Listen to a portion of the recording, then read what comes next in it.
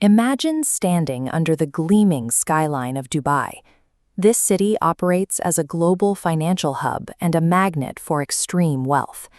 Now look up.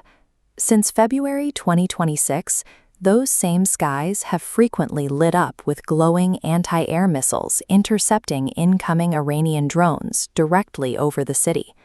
During the June 2025 war alone, over 2,000 Iranian ballistic missiles and drones targeted the UAE, with debris directly threatening civilian infrastructure and international airports. You would expect a sovereign nation enduring thousands of strikes to launch an immediate military retaliation, yet the UAE completely refused to fire back at Iran. Surviving modern warfare in the Gulf now requires ignoring the traditional military playbook. The UAE leadership decided that long-term economic preservation was far more valuable than the fleeting satisfaction of a counterattack. Leaders in Abu Dhabi made a stark calculation. Relying entirely on external military partners like the United States is no longer a guaranteed safety net. Entering a full-scale retaliatory war would instantly obliterate the UAE's Vision 2030 and 2040 programs. These are state-sponsored economic transition plans designed to pivot the country away from oil dependence. The global stakes are even higher. An escalating conflict would immediately shut down the Strait of Hormuz. The strait is a narrow waterway between the Persian Gulf and the Gulf of Oman, where a large portion of the world's seaborne oil passes through. Blocking that single checkpoint would trigger extreme oil shortages worldwide, sending global inflation skyrocketing overnight. The UAE abandoned a military response because the resulting economic fallout of retaliation was statistically deadlier to their future than the incoming missiles themselves. Instead of tanks, the UAE is deploying a geopolitical tactic called strategic hedging. This is a dual policy of strict military containment mixed with aggressive economic diplomacy. On the containment side, Gulf sovereign wealth funds are quietly pouring billions of dollars into advanced, localized air defense systems to lock down their airspace. On the economic side, they are actively leaning into interdependence.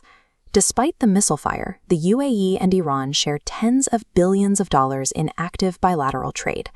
Dubai serves a specific function for Iran.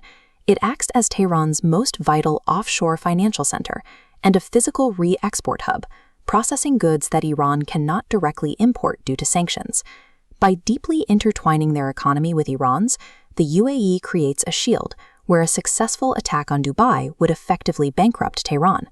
While public attention focuses on the airspace, a hidden diplomatic game is playing out behind closed doors. In February 2025, officials from the UAE and Iran met in Abu Dhabi for direct political consultations to deliberately enhance their diplomatic ties. In May 2025, Iran proposed a joint regional uranium consortium, physically linking nuclear infrastructure with the UAE and Saudi Arabia. Sharing this sensitive infrastructure enforces transparency, building mutual trust through absolute visibility. The Gulf has weaponized its own economic vulnerability, turning Iran's financial survival into the ultimate deterrent against future attacks.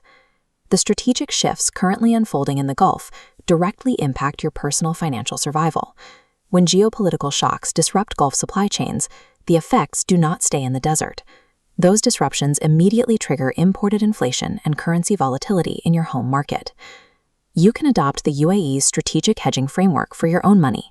That means diversifying your portfolio away from single points of failure. Look closely at your holdings and identify regional investments highly vulnerable to physical infrastructure attacks.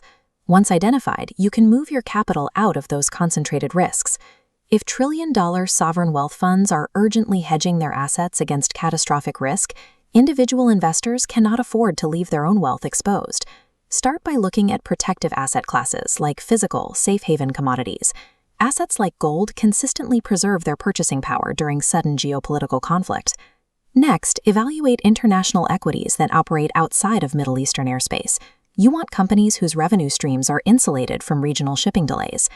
Take time today to audit your current positions. Ask yourself, are your assets globally diversified, or are they concentrated in a local market? Given these shifting regional dynamics, how are you adjusting your own portfolio? Share your approach in the comments below. To track global power shifts that threaten your personal wealth, subscribe to the Strategic Investigator and turn on notifications. Stay strategic, and I'll see you in the next video.